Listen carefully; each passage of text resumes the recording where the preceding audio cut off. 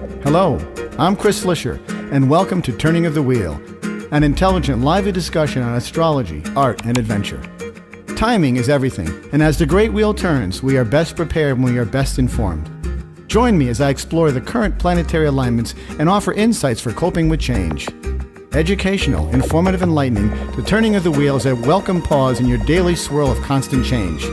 Through intelligent discourse, inspired guests, and educational segments, I will help to enlighten your knowledge of astrology and guide you to accept change as the great wheel of life turns. Call in with your questions and speak with some of the greatest visionaries in the time-tested practice of astrology. Turning of the Wheel, Astrology, Art, and Adventure with Chris Flisher, each week on Turning of the Wheel podcast.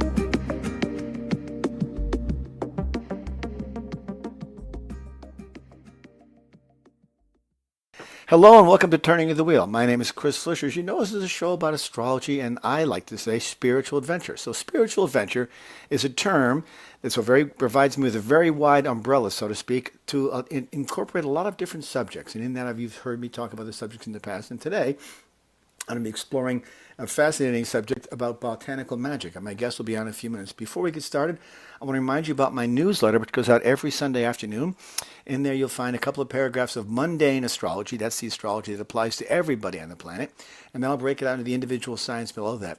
I encourage you to read your sun sign and rising sign each week. And you can find that from my website, turningofthewheel.com or chrisflisher.com. I'm on Facebook, I'm on YouTube, and I'm also on Patreon, which allows you to, sort of show your support for me by chipping in $1 or $2 into the old tip jar there to keep the great wheel turning, as I like to say. So I hope you can do that, and that'll keep me going and keep you happy and keep these great podcasts on your earbuds from now until we can't do it any longer. So anyway, so my guest today is Amy Blackthorn. She's the author of Botanical Magic, The Green Witch's Guide to Essential Oils for Spellcraft, Ritual, and Healing. Sounds very exotic, very funny, very interesting kind of subject, very exotic, and lots of interesting stuff. Her website is Blackthorn Hoodoo Blends. One long word, Blackthorn Hoodoo. It's Hoodoo Blends. BlackthornHoodooBlends.com is her website, and you can find out about her stuff there. Fascinating subject. I've always been interested in the idea of aromatherapy and how it pertains to our lives and how it can help make our lives better. So welcome to the show, Amy. It's great to have you on today. Thank you so much for having me.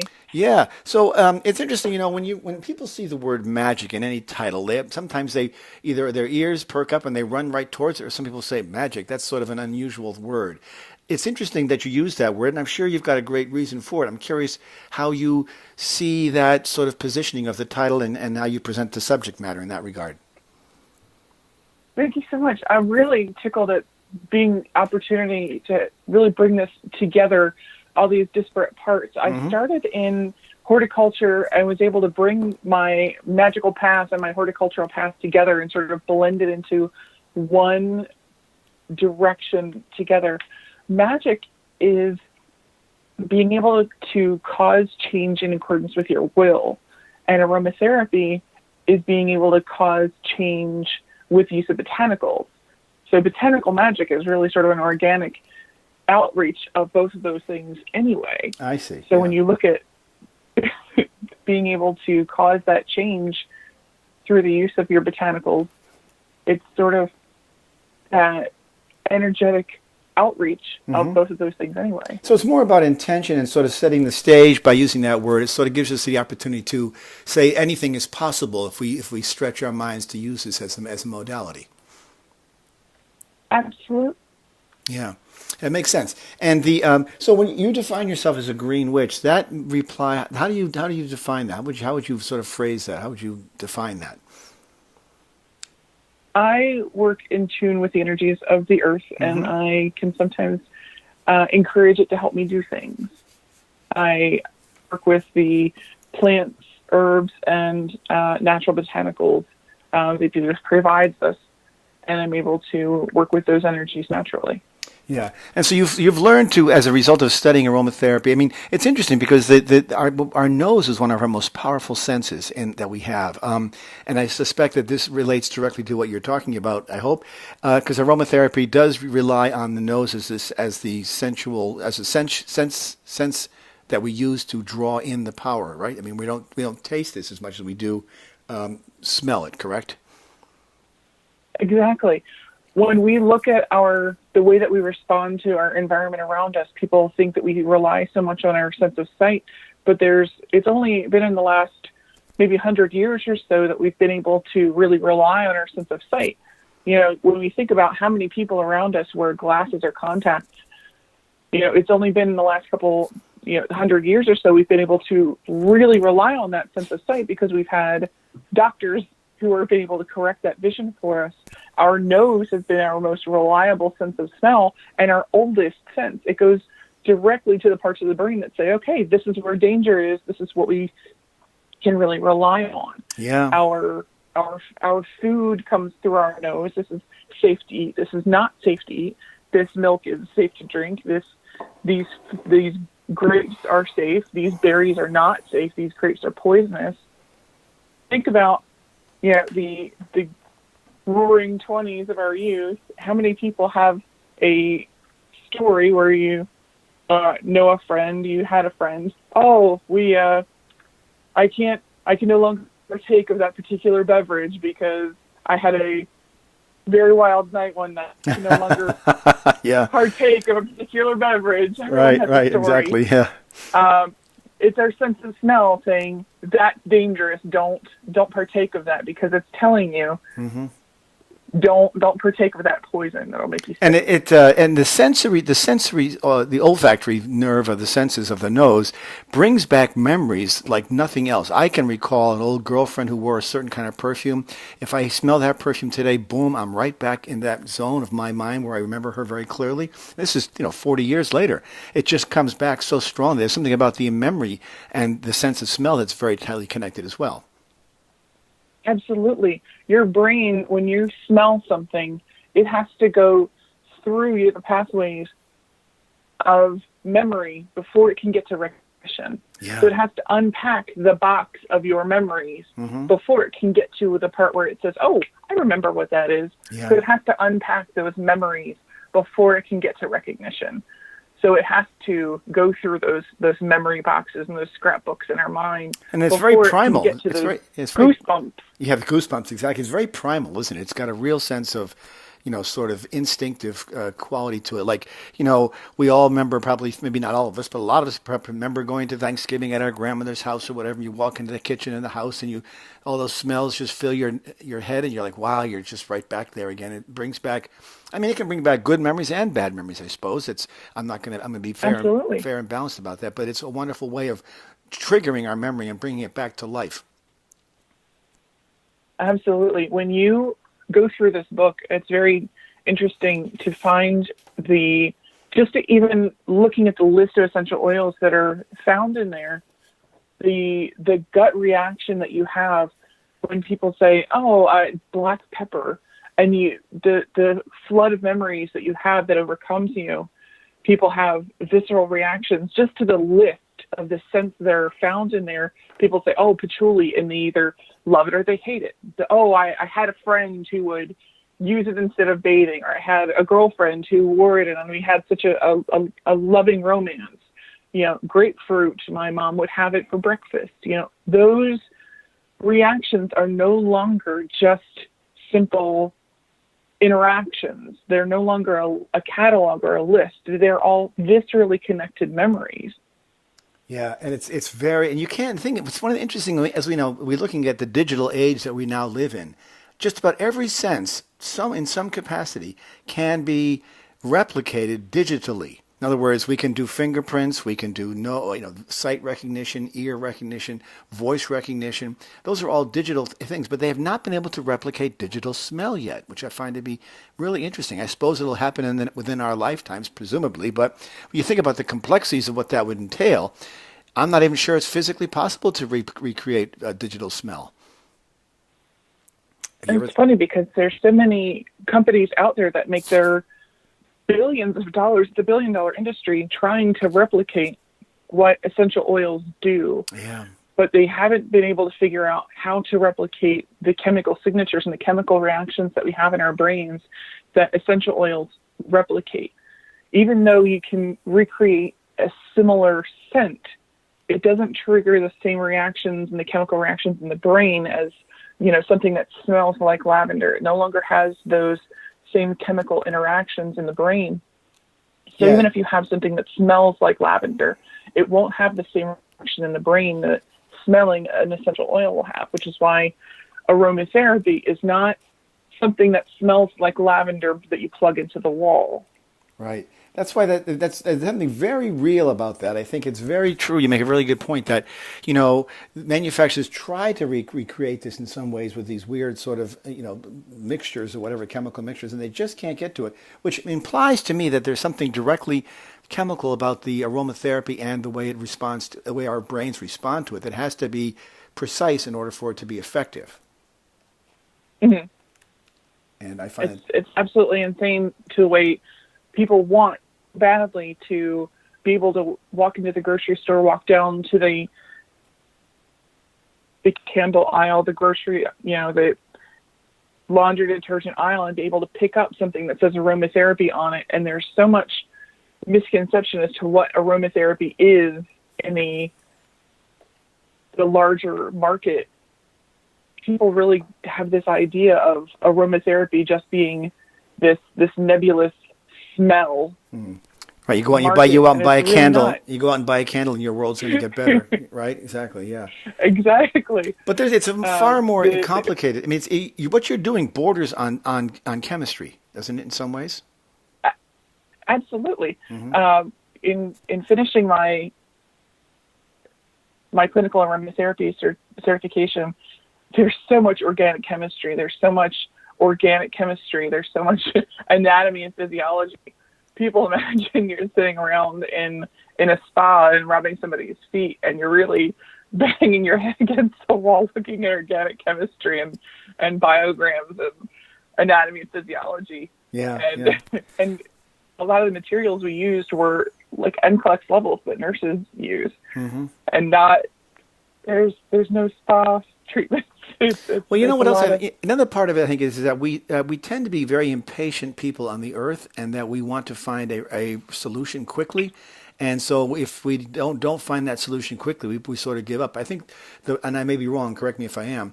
I think the process with aromatherapy is probably a little more involved and requires a little more patience than perhaps other forms of therapy, because it does take time for it to work its way into you. Or is that not true? I think a little bit of both. Okay. The minute your brain picks up that scent, mm-hmm. You start to have that change. And remember, your nose only needs one molecule to recognize that there's a scent there. Mm. You don't need a lot. There's so many scent receptors. There's so much available material there that there's so much available information, we'll say. Yes. There doesn't need to be a lot of material. There doesn't need to be a lot of overwhelming of the senses for it to work. Right. You don't have to be just one molecule. You don't have to be inundated with it. You don't have to be overwhelmed, because that's what happens sometimes. People, we've all been in restaurants or on trains or in airplanes where someone's perfume is overwhelming, and we're like, you just gag me. You just want to get out of there because it's overpowering. And I think that speaks to the fact that we don't need that much, and also shows how sensitive our olfactory nerves endings must be, our sensors must be. It really does, because our olfactory senses are so ready to go. They're actually replaced every 30 to 60 days. Oh, they are? It really? has to be ready. It has to be ready to detect danger. I mean, that's the biggest job of your sense of smell, is to detect danger. It's not to stop and smell the roses. It's to make sure that you're not on fire. You're not eating something poisonous. You're not being, stampeded by lions or zebras. Right. And how would we would know that based on sort of the adrenaline that's in the air, or how would we know that the fight or flight process is? I can understand smelling smoke from a fire or whatever, or even smelling, the electricity in the air before a thunderstorm, or perhaps, other sort of senses we might have. But how would we know if someone was about to attack us? We wouldn't know that. How would we know that through our noses? You could smell pheromones. You could smell poison. You could. I mean, there's so many different things that are happening there. Mm-hmm. You could, like you said, you could smell smoke. You could smell the bitter fruit that that says, hey, there's something not right here with this food. There's so many things that your brain tells you that are not right. I come from a security background. In my day job, there's so many things that your brain says, hey, this isn't right. And being able to tell yourself it's okay to listen to that is more important than so many other trainings, any other training that you could have. Being able to listen to your gut that says something isn't right here is more important. And that is sort of augmented and actually, strengthened by the sense of smell. I would imagine you would just be able to pick up on that right away. And I guess it could be used to mask things as well, right? It could be used to mask things. I suppose there was some point in time when you could use aromatherapy to sort of hide something. Oh yeah, the bundles of flowers that brides carry down the aisle were actually used to mask the less than pleasant smells that were often associated with the scents around them during the Middle Ages. Right. Nosegays were actually to hide the less than pleasant smells because there was no plumbing. We'll say underground plumbing. Plumbing was rare. People would bathe once every a quarter if they did that, and I know they had to have that sort of. It came in very handy back then, and I'm sure it helped foster a few relationships here and there. When you think about you use this in your knowledge of aromatherapy, I understand, is very extensive. You've done a great deal of work with them. Obviously, your book is it's a great guide. It's called Botanical Magic: The Green Witch's Guide to Essential Oils for Spellcraft, Ritual, and Healing. And I know this is going to be a difficult question, but how do you think the aromatherapy is best used in those three areas: spellcraft, ritual, or healing? I know it's probably good for all three, but there must be one that you really find to be more effective than others as far as getting results. Or am I wrong in that? No. I don't think you're wrong.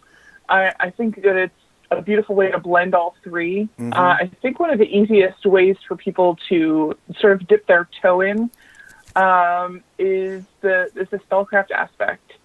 I found a lot of people it's easier for them to give themselves permission in the spellcraft arena.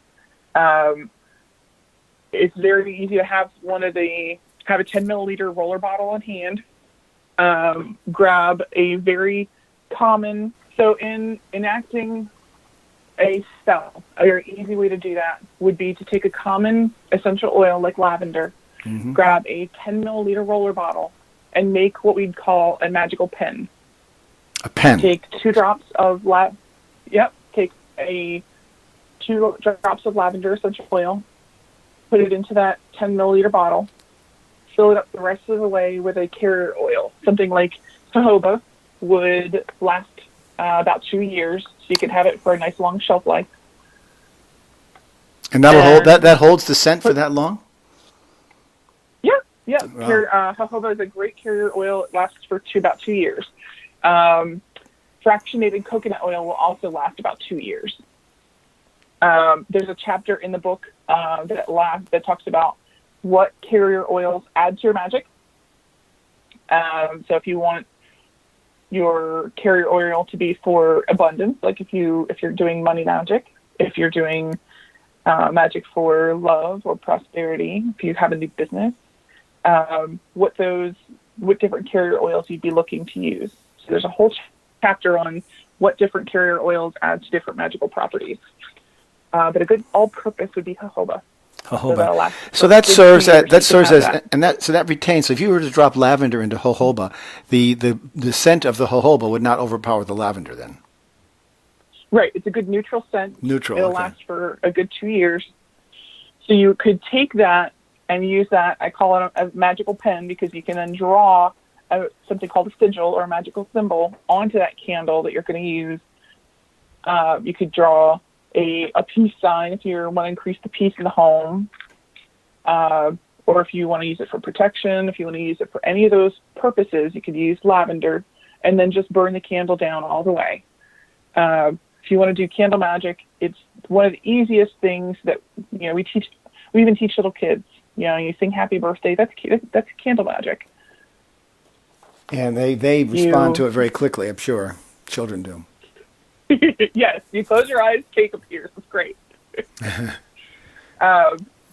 but you find a brand new candle. You draw a symbol that means something to you. It doesn't have to be right out of a book, but as long as it means something to you, you draw a symbol on it. A heart for love, a peace sign if things are a little bit contentious in the house. Just make a wish on that candle. Burn it all the way down, and let it do its thing. The important thing with candle magic is to set it and forget it. I know it's a particular commercial, but really just let it do its thing, and then let it do its job. Yeah. And then how do you see the results of that? I mean, if you would, if someone came to you for a consultation, which I'm sure they can, and they could come to you and you would find a specific scent that would help alleviate or at least address the topic that they were talking about. That's the idea? Absolutely. Mm-hmm. One of the things that both I do and the book does is help empower people to do this on their own. Consultations are great, but it's the idea of training wheels. I want to make sure that you can do this on your own. Mm-hmm. One of the problems with the idea of consultations is unscrupulous people who say, okay, we talked, now come back to me in a week. I want to make sure that when we talk, you can go and do this on your own, and we don't have to talk again. Right. I want to give you the tools so that you can do this on your own from now on. Mm-hmm. So you can self-medicate. Exactly. You can take care of this. Yes. That same lavender essential oil, you can put a drop of it in an aromatherapy diffuser and take that same energy and spread it throughout your home when it's time. Mm-hmm.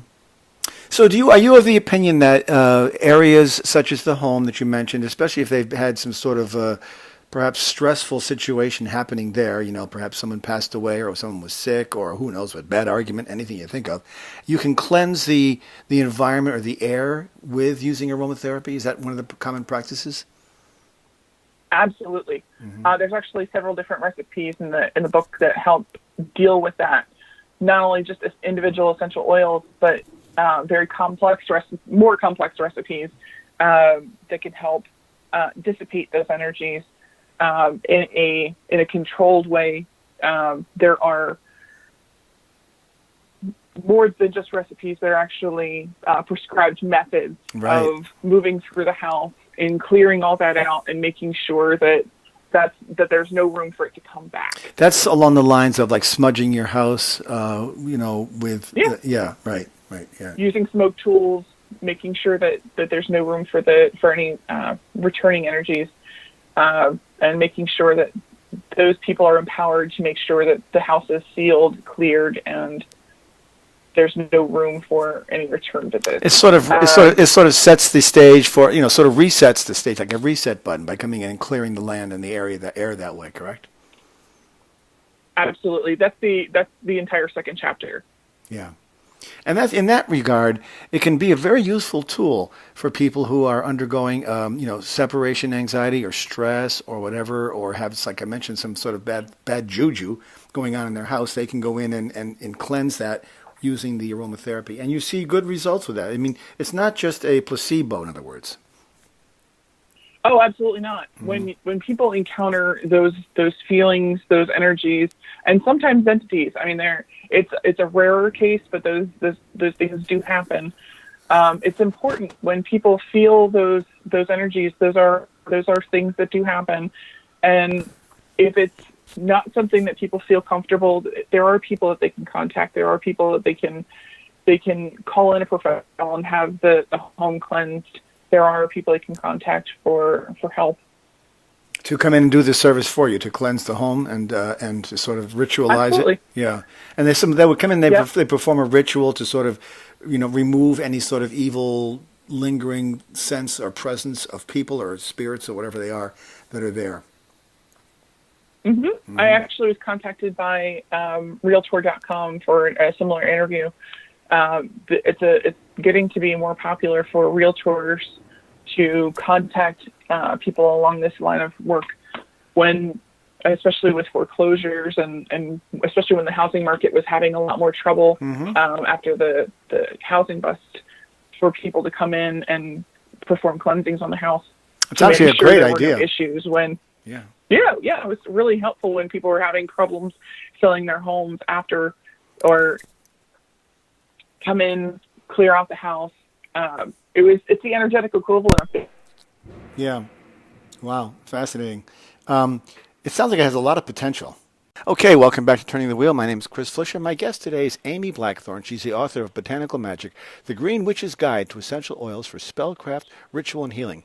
And one of the things that intrigued me about your book when I started looking through it, Amy, is the idea of how you've sort of blended astrology and the planets into your work as well, specifically with certain fragrances, as if those fragrances perhaps are better for certain signs than others. And if I'm not right in that assumption, then please correct me. But it seems as if you are supposing you're an Aries and you have a certain propensity. You use pepper, which makes sense because Aries is a fiery sign.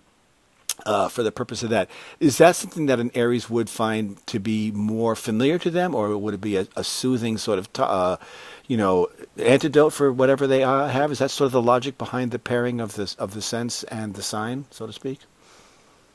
It's really close. It would be not necessarily an antidote, but it would help speed them and give them a boost to whatever their project of the day is. And it would feel familiar to them. You think you would feel familiar to the? It really would. Yeah, to the sign. Yeah, because I love pepper and I'm an Aries, so that makes sense. Let's go. Let's go through the zodiac and see if we can pull that out and see what we can get in the way of information from that. So, some of the signs, some of the things that are right for Aries would be, as you mentioned, pepper, black pepper, which is a hot, spicy. Obviously, what we see on our tables all the time is regular salt and pepper. Are there any other ones that go well with, say, that sign? You'd think something like cedarwood, because it has that sharpness. Mm-hmm. But it's more Leo, Gemini, because it's more out there. The scent travels further distances. Yeah. Even though it has that Farsi sharp. Yeah. Is red pepper or capsicum or any of those sort of chemical derivatives of hot food? Yeah, they do. They all work for the hot signs, for the fire signs? Yeah. Yeah. And what about the earth signs, like the Tauruses, the Virgos, the Capricorns? What do they like? It's funny. Like Taurus does more of the cardamom. Cardamom. That makes sense. I can see it's sort of that rich flavor, that kind of got that sweet tinge to it, which has a very earthy sort of,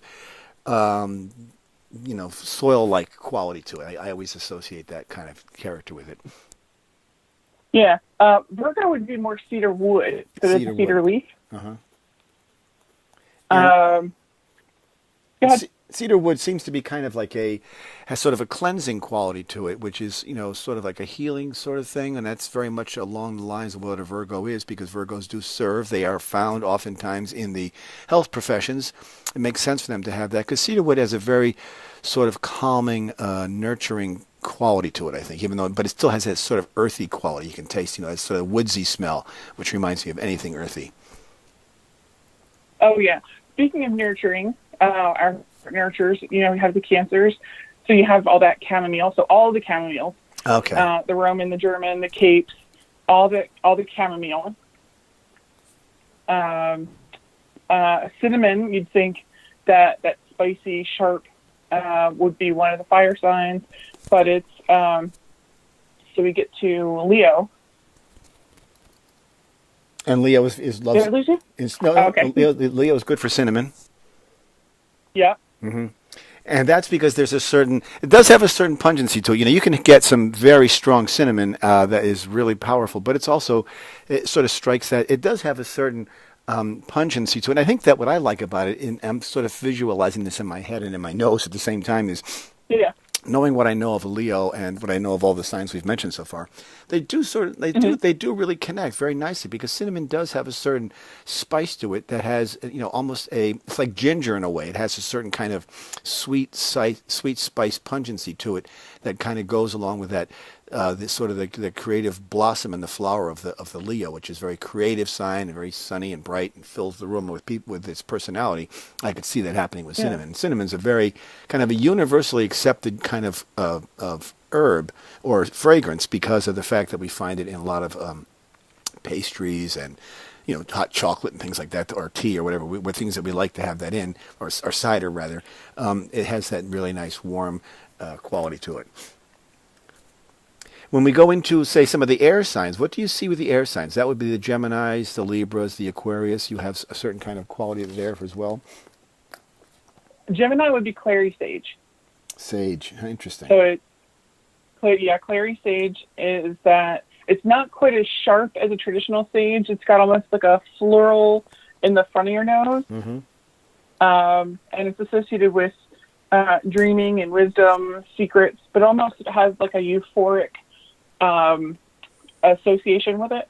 So it has a certain quickness to it, if you know what I mean. It's hard to associate, perhaps. Absolutely. It's hard maybe to associate a sense or scent with speed, but I sort of see that because there's a certain, it's a prickly kind of smell that sort of gets into your nose, and that reminds me of that sort of that quick animated quality of a Gemini. Right. What I found interesting, also looking through your books, is that a lot of the herbs that you've picked out, or the aromas that you've picked out, have a dualistic quality to them. Like something like eucalyptus it applies to both water and to earth, and I like that because those are the two compatible signs. When you look at the astrology wheel, we have earth and water signs get along typically, fire and air signs get along quickly. So it's nice to see that some of these still match up the same way with that sort of dualistic quality, sort of straddling both types of elements there. Oh yeah, and it's got that beautiful Cancer energy with it. Mm-hmm. That just says, hey, we can really do this. We can. It promotes wellness and that purification. It's associated with vanishing and still purifying. Yeah, eucalyptus has a certain. So it can. I use it in my sauna. I've got a sauna bath, and I use it in my sauna bath all the time. And I diffuse it in water, and then I pour the water over the stones in the sauna bath, and I get that beautiful eucalyptus steam. It has a real sort of reminds me of when I was a kid. My mother used to put Vicks Vapor Rub on my chest when I had a cough, and it has that sort of there again. Brings you right back to that maternal quality, that maternal healing, mother-like quality of the earth, and that certain sense of, it almost has a very medicinal kind of quality to it, if you know what I mean. I don't mean to be disingenuous to eucalyptus. It's just that it does seem to have a certain quality. Maybe that just harkens back to my own memories of when I was a kid. My mother used to put it on me. So it seems to be interesting in that regard that we'd have that same sort of quality, and it fits right in perfectly with the idea of Cancer. It's a very sort of cool herbal minty kind of quality, isn't it? Yeah. And it does promote sort of like it does promote. I think it promotes health in some ways. At least I use it. I use it, as I said, in my sauna bath because it feels like it's good for my lungs to breathe in that steam. Oh yeah. When we move to some of the other air signs that have that would be useful for that as well. Some of the other herbs or aromas that would feel well for, like ginger, for example, is a fire. That makes perfect sense. Ginger seems to be a hot, spicy kind of thing that would work well for the Aries and the fire sign. Also, we have. Now, grapefruit, for example, I don't think of grapefruit as an herb per se or as an aroma, but it really is one. And that seems to fit very well with the sort of the air quality because it has that sort of citrusy kind of thing that you could feel, almost taste wafting through the air, kind of. Yeah. Yeah, it's beautiful when you actually get it into the essential oil diffuser. Mm-hmm. You can get into that gorgeous sweetness. Now, do you make your own blends of these things? Do you blend certain herbs, and do certain herbs blend better with others than others perhaps do? Oh, of course. Mm-hmm. I started, as soon as I started writing this book, I started finding, you get to the point where everybody gets to the having their own favorites, and you start realizing that, where you have everybody, the words that they sort of start grouping together, they have their own vocabulary. You have the same habits when you start blending essential oils together. You have things where you want to put neroli and lavender together. You want to put frankincense, and, you get things you want to group together. You start seeing your patterns and habits. Mm-hmm.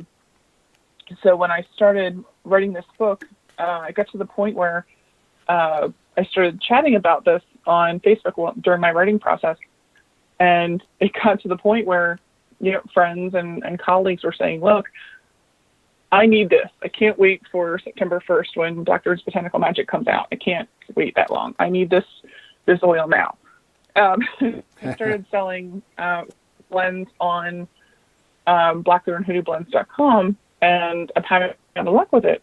People are saying, look, I know I'll be able to get to the point where I can make this myself, but either they're not confident yet, they can't wait that long, they want to be able to, buy, maybe a 2 milliliter bottle, so they'll be able to put it in a diffuser now and smell what it should smell like or will smell like when they get to the point where they want to make it. Yeah. So they'll be able to buy, a Mojo box, with some tea, a candle, and an oil, or they'll be able to buy a larger bottle so that they can diffuse it themselves. Yeah. Do you think that using essential oils and herbs or aromatherapy is a daily practice, or is it something you just use as needed? Both. It gets to the point where you say, look, I know that I need something right this minute, and you get to the point where you give yourself permission to use it daily. When you're first starting, you're looking for an excuse to need it more often, and then you can have a daily practice. Right. And if you were to find one for a daily practice, is there sort of a one-size-fits-all, sort of a all-purpose kind of fragrance that you would go to? Oh yeah, something like a peaceful home that says, okay, I need some me space, is definitely going to give you that recognition. Yeah. Yeah, it's interesting. I mean, I think we sort of sometimes forget the ability of the power of the scent in our lives because we may take it for granted. But if we really concentrate on it, and it does require, of course, a lot of us may work in buildings where we can't have this stuff around us, but some of us may not, and are able to use it on a regular basis. I typically use certain fragrances throughout the course of the day just because I enjoy them. Like I'll always use patchouli. I love patchouli. Always have since I was very young. And I've often used neroli. I like that quite a bit. I've used jasmine. I've used any number of different ones. Eucalyptus, as I mentioned before. Even rosewater. I had a rosewater spray that I used for a while. It just felt something about it just lifted my spirits, and I actually consciously looked at it in sort of a way of studying it, saying, let's try sort of this before and after. And I did notice something really sort of shifted, and the fragrance just sort of got into my head and triggered. I'm not sure if it's my amygdala or whatever, but it triggered something in my brain that brought in a sense of calm. And what I would often do is if I got into a situation or perhaps I was in a dispute with somebody or maybe perhaps screaming at one of my kids to clean up the kitchen or whatever, I would revert back to one of the herbs to sort of just bring back that sense of calm. And it really worked in that regard, especially with regard to the sort of the mood swings that we have. Now, I think that given the time that we're living in, sort of the very fractious, very high-paced, daily barrage of news and information that just seems to be nonstop, we are becoming overwhelmed by this chatter in our lives. And I would offer, and I suspect you'll agree, that the essential oils would be a wonderful way to sort of counteract that, to sort of take us out of that zone, because it does, some of them especially, allow us to just sort of like breathe them in and say, oh, wow. And it can almost be transported to a different place and time. And as a result, you sort of remove yourself from this constant barrage of electronic data that's coming at us all day long. Does that make sense to you? It really does. And one of the great parts about that is there are ways around things like working in a scent-free office. Finding on Amazon or finding in your local aromatherapy shop, they'll keep something called a nasal tube, which looks like, I know a lot of us have seen, or they look like lip balm tubes or look like right. those old Vicks inhaler tubes, and they're filled with cotton, and you just put a few drops of either a neat essential oil or an essential oil blend, and you can keep it closed up, just give it a sniff when you need, and then you're done for the day, and you're not, no one else can know that you have it or know that it, it has scent to it, and you can just give it a sniff when you need. And it's sort of like only available for you. Yeah, right. Aromatherapy on demand, and it's nice to be able to have that and to be able to just sort of dip into that. It does provide a cleansing effect, almost as if it's a chance to reset your brain in some ways, because I find that if you spend hours and hours on the screen like many of us do, or whatever you are doing. and invariably you get the opportunity to bring that sense back in, especially if you're in an environment where you're working behind a desk or you're in an office or wherever, like many people probably are who listen to this podcast. It gives you the opportunity to sort of ground yourself, especially if you're in this sort of, I always think of the digital age as very much of a sort of a Gemini air-like quality because it's so much stimulation, and air is very much of an intellectual exchange. So it's air and fire really drive what I call the internet. And as a counterpoint to that, what I find to be very helpful is that you bring out some of the earth-based fragrances and sort of the earth and water-based fragrances as a way to sort of counteract that sharp, tangy, rapid-fire digital kind of overload that we get inundated with. And I think it adds a nice sort of counterpoint to that. Don't you think that makes sense to sort of go the opposite direction? I really do. When we get that to the point where we have taken in so much sound, and all reset our palate. Remember, our nose is always ready to go. It's so important for our continued existence that the organs of our nose and the cells within there are replaced every 30 to 60 days. So we're always ready to go. I see. And so that by doing that sort of re-cleansing, that sort of resetting the what's the word I want? Resetting that quality of our brain's ability to recognize a scent is essential in this process, so that we can relearn the healing properties of the herb or the fragrance we're trying to use. Absolutely. Mm-hmm. And why is it that coffee does that? Is it because the coffee beans are just they have that certain sort of richness that brings us back to a grounded, earthy quality? So therefore, we can then learn to interpret and take in sort of the sweeter, higher notey kinds of fragrances. Is that what it does? Not only that, but we understand what coffee is. It's such a part of our collective culture that we know what coffee smells like. We know what it's supposed to smell like. The richness of the tannins and the complex notes of the coffee are something that we not only smell, but there's so much richness in that smell that we actually taste part of that scent. There's so much flavor in that we can actually taste part of that scent. It's so connected. So all of that goes back together, so it's all part of the same system. How do you address the idea of artificial fragrances that we find in candles and stuff like that through the popular sort of the discount stores that we go to or whatever? When you pick up a lemongrass candle or whatever, that it's artificial or it's not made with the real thing. How does it have the same impact, or do you have to be more granular and more earthbound in that regard, more organic? Great question.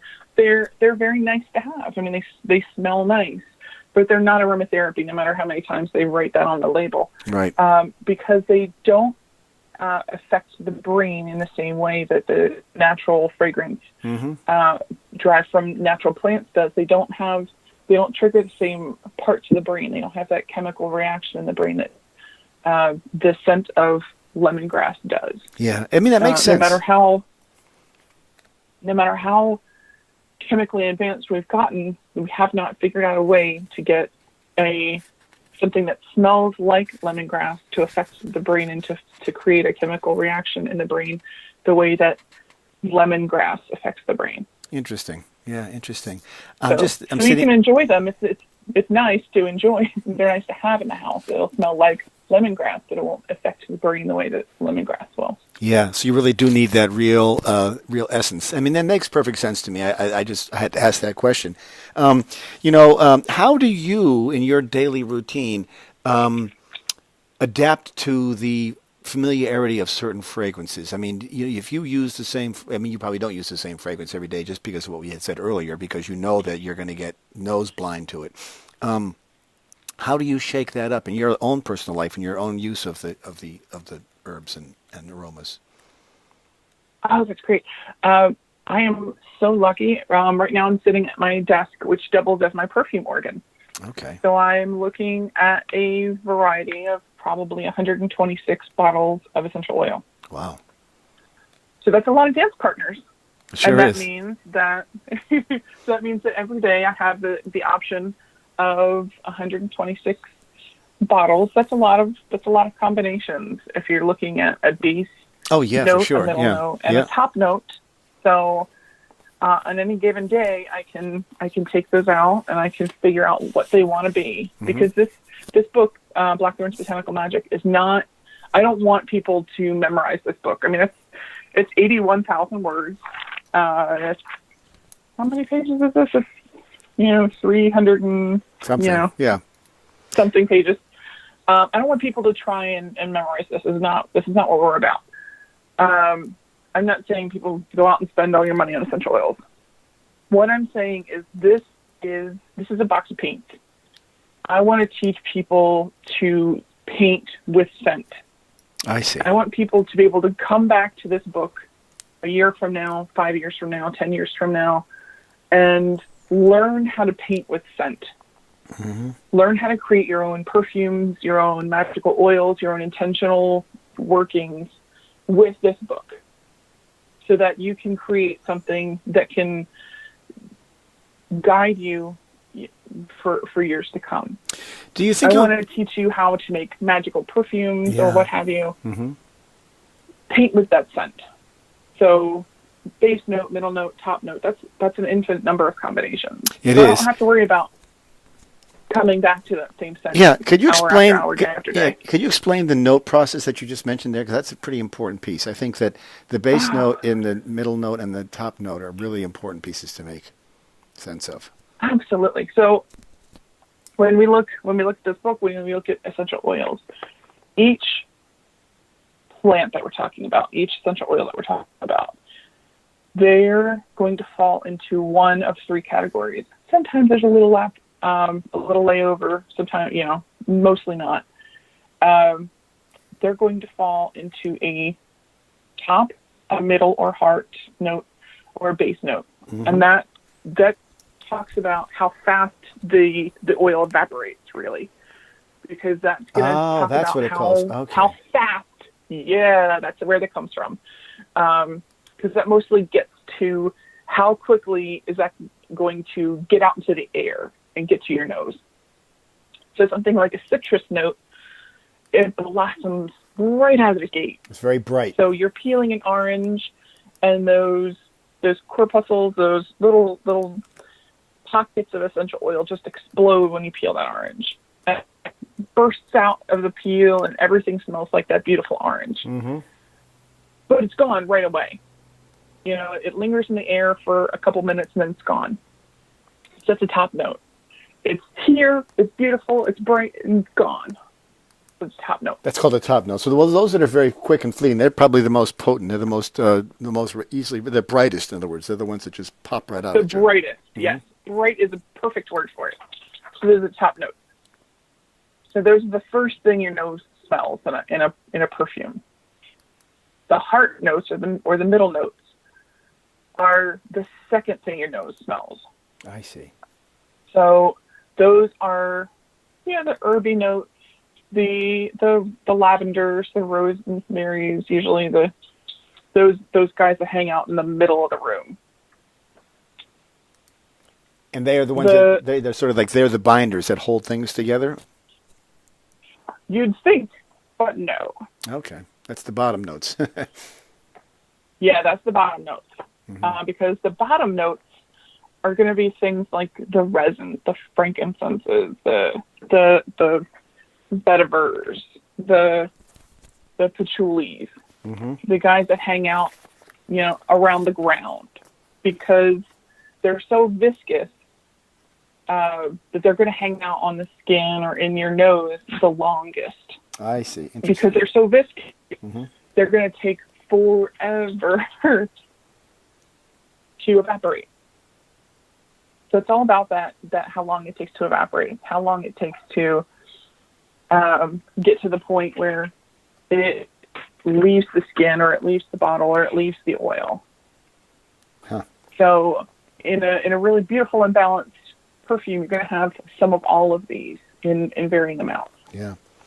Yeah, what I love about the book in particular is that you describe the book, and you describe the herbs or the essences, and then you describe what they're good for, and you describe even situations that are specifically useful for warranting a certain response from somebody else, perhaps like grounding anxiety or payment is due or anything that you may draw upon. They all have a kind of effect that can tie into it, which I think is really kind of interesting. And I'm looking at it because of I was just half fascinated with the patchouli because I use patchouli quite a lot myself. And it's always brought back wonderful senses to me, no pun intended. And I think it's interesting that you use that as a way of as sort of like an antidote, to sort of say, if you have this kind of a problem in your life, you try this and it may work. Interesting stuff. Thank you so much. Yeah. So we've been talking today about Amy Blackthorn is my guest, and we've been talking about Botanical Magic, and it's the Green Witch's Guide to Essential Oils for Spellcraft, Ritual, and Healing. It's not out yet, but it will be out on September the 1st, which is rapidly approaching. You can find the book at Amazon or any other book outlet that you can possibly imagine. It's called Blackthorn's Botanical Magic. Amy Blackthorn is the author, and she's been talking with us today. I think it's a very interesting book, to be honest, and I've got a lot of books like this, but I particularly like this one because of the way it's laid out, especially because of the types of the way you describe the individual fragrances and their uses, I think are very useful. And I like the idea I love the idea that you mentioned of becoming nose blind because I find myself that way often. I think it's because I'm probably using something too often. I need to shake it up a bit and reground myself in ways that are more effective in that regard. So it's been interesting to discuss this idea and this topic because it really does drive home the interrelationship of our noses and our senses to our bodies and our environments and our experiences on the earth. And if we can use them in an effective way, we have another tool in our toolkit to sort of help us through our fractious times.